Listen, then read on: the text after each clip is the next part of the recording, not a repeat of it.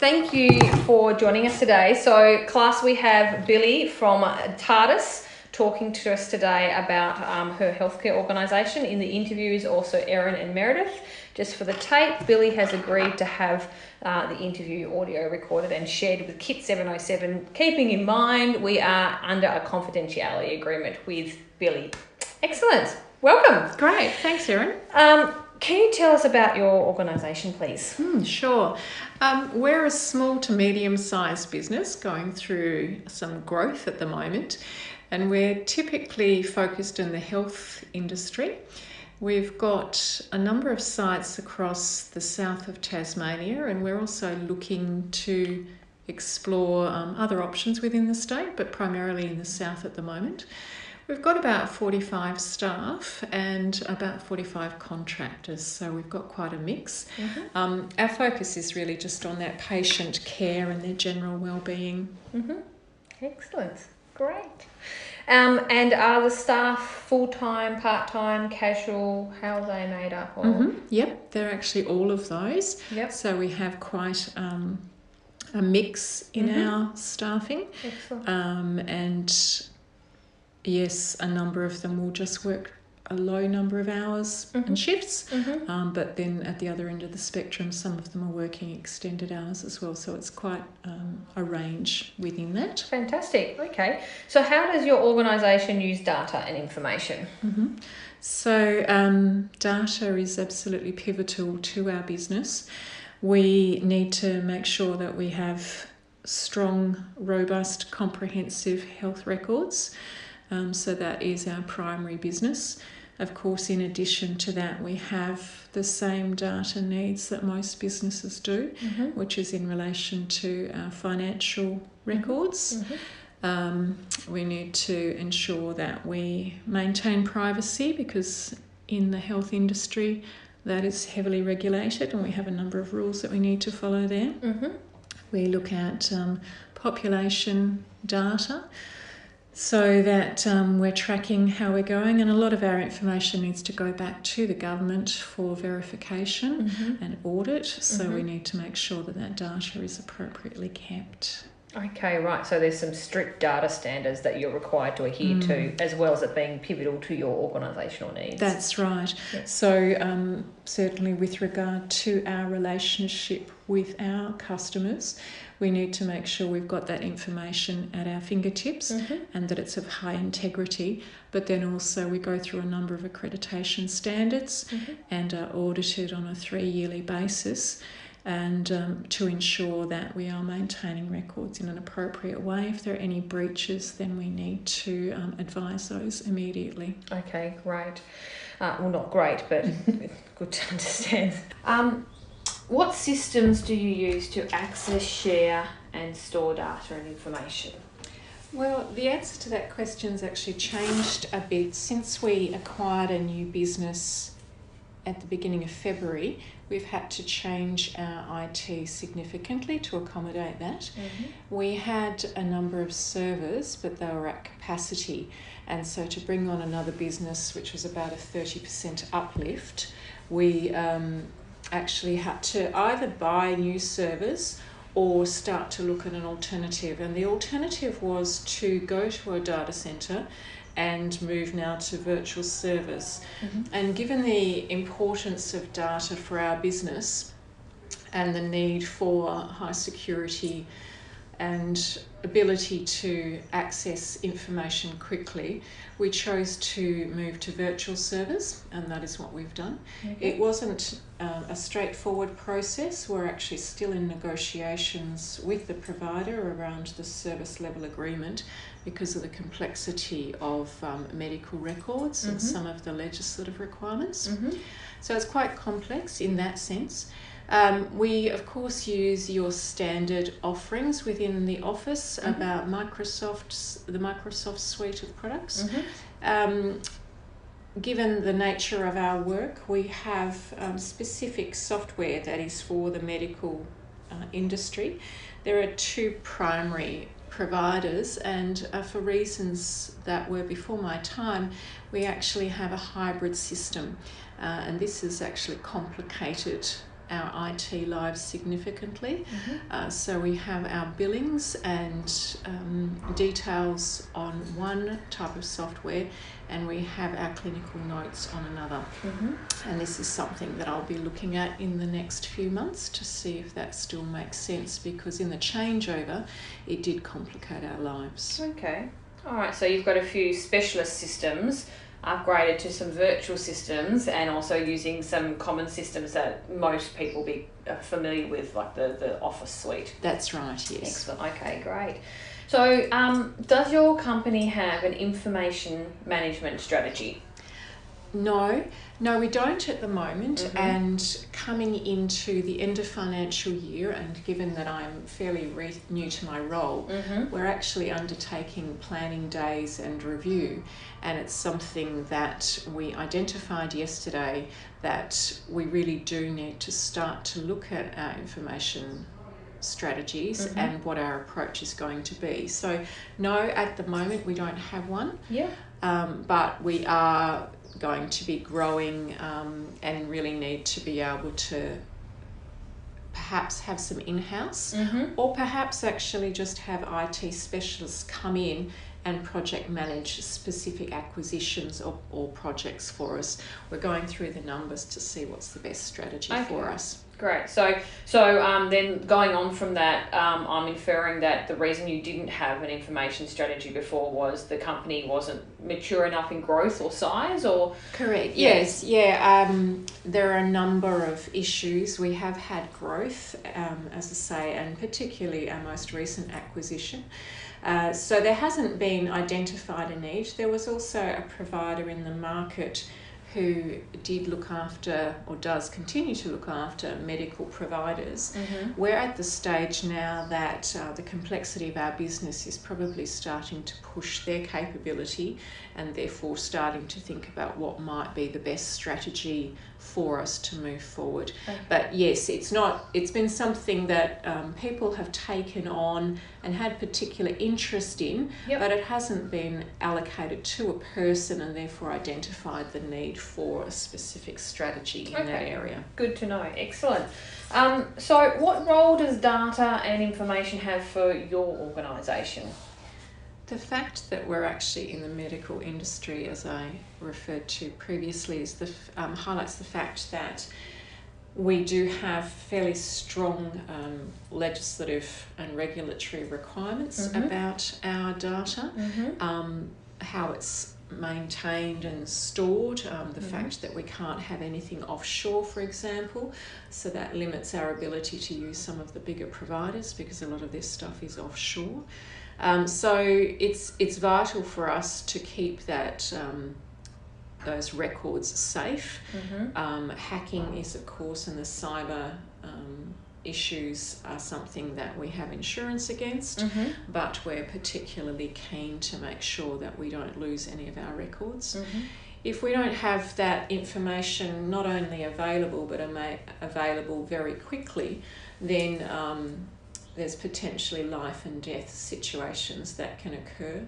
And most recently we had a patient who arrived at the front desk and had a very low blood pressure, and was triaged into one of our health workers, who identified that there was some significant issues after reviewing his patient files. Being able to see that, even though he actually attends other clinics, but of course being able to access that at any of our sites.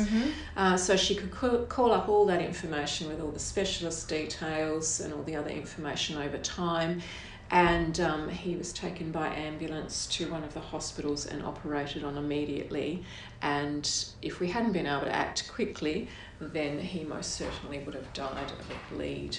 Right, so for you, some like data and information is time critical and actually has a life and death impact for, would you say, the majority of your operations? Because I know most businesses, like, that would be part of your core consideration. So if you get data that is not timely or incorrect or accessible by all the people in your organisation, it could have a flow-on effect that could have that life and death. Absolutely, it could. I certainly hope that the times where life or death is actually at play is on the lower scale. But if that information wasn't to hand and wrong advice was given, we have a range of litigation issues. But most importantly, we have patient care that would be compromised through that. And as I say, it's for every aspect of our business, not just our practitioners, but also the support staff that are required to enable that to happen. So yes, absolutely vital. And of course, as with any business, the data outside the medical field is vital in relation to, again, accreditation and our requirements for the government, but also just in terms of operating a business, so some of our financial records, staffing, HR, the range of issues that most businesses face. Okay, great. Can you tell us about that recent acquisition project your company has just completed? So it's been interesting and challenging. It was about a 30% uplift in the size of our business, so quite a sizable acquisition to take on. It's in the same area that we operate in, and yet, interestingly, the demographics and some of the nuances of the acquisition are quite different to our existing business. If I focus exclusively on the software and hardware aspects of the acquisition, I think I could say it has been one of the two hardest issues for us to manage. The HR, with some of the complexities of collective bargaining agreements, was one complication. But the second, with regard to, I mentioned earlier that there are two primary medical software offerings. Our acquisition, unfortunately, was on the other type of software. So in addition to transferring all of our data onto the virtual servers, which was one piece of work, we also then had to migrate about 7,000 to 10,000 patient records onto an alternate software offering. Unfortunately, the providers of those software are unhelpful in migrating things across. And our IT providers have certainly worked diligently to try and find workarounds, but in the migration we've had duplication of records, which unfortunately has been completely random. It's been hard to determine what would be duplicated.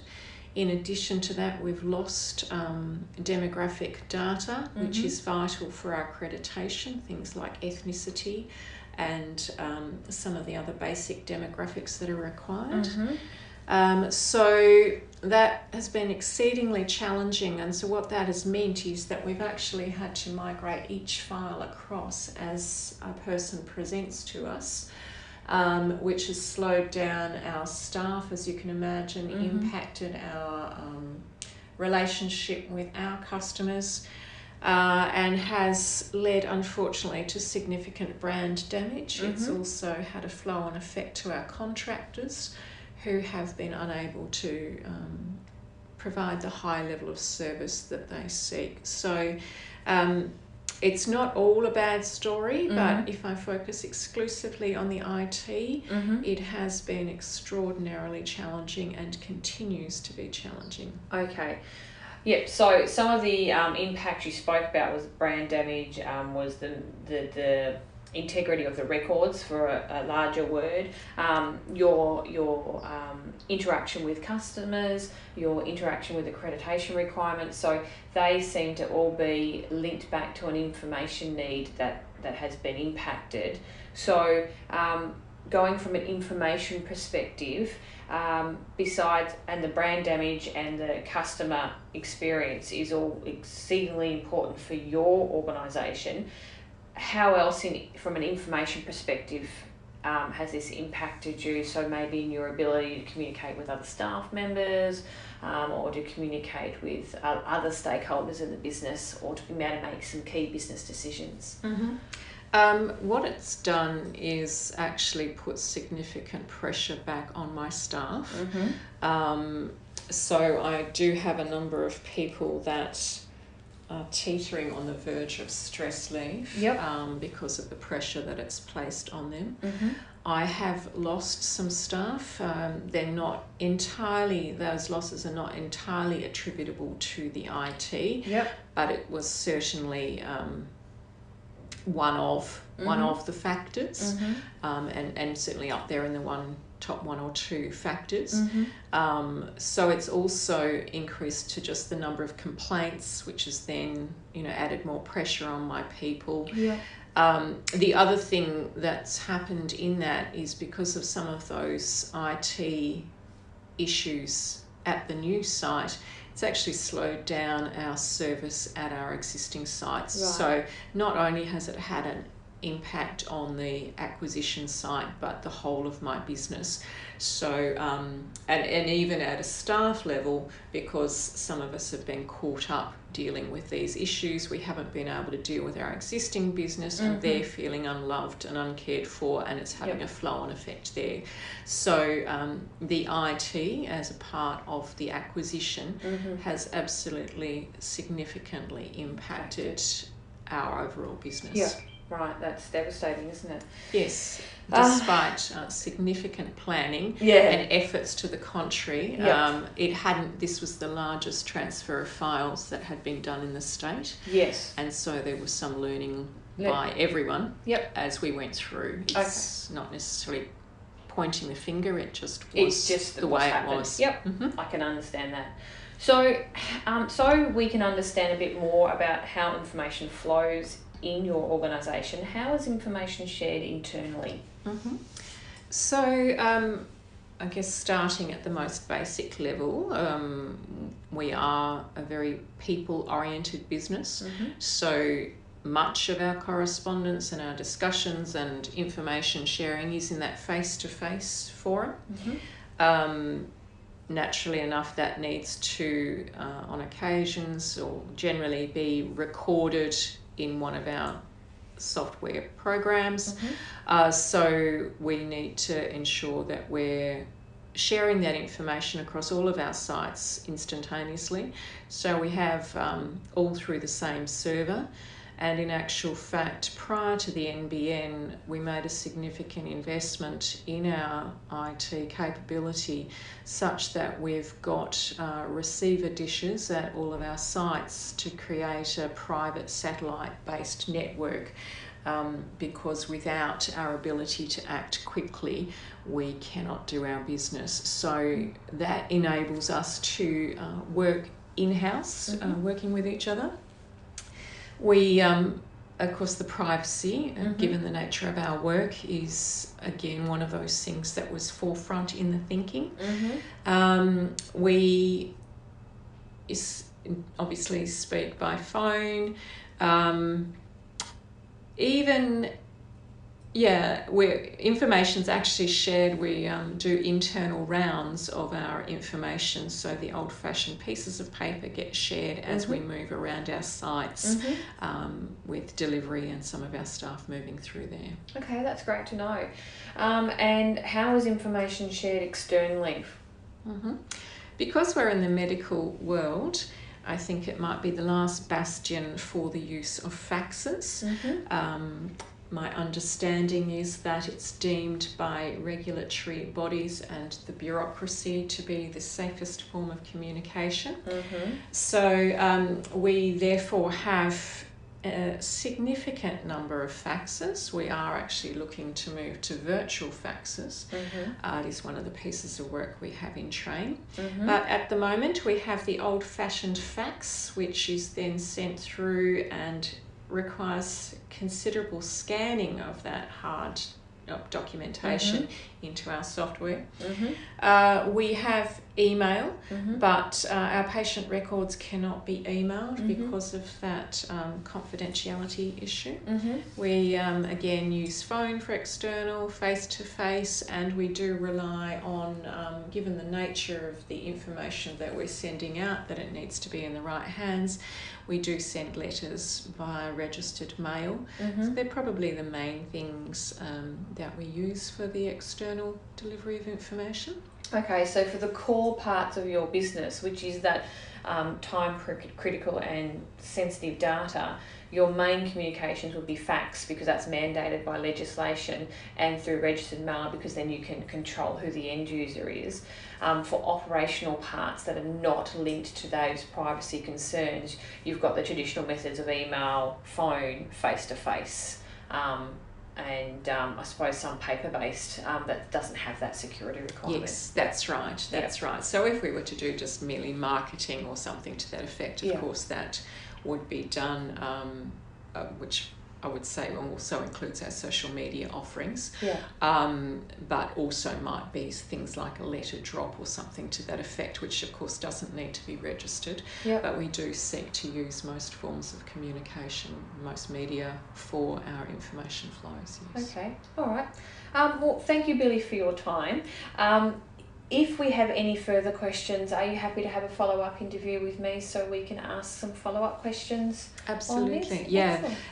We're really keen to see if we can do our IT better, and I would be most delighted to meet with you and discuss any other questions that you might have that have arisen from what we've talked about. Great, thank you. We'll be in touch. Pleasure.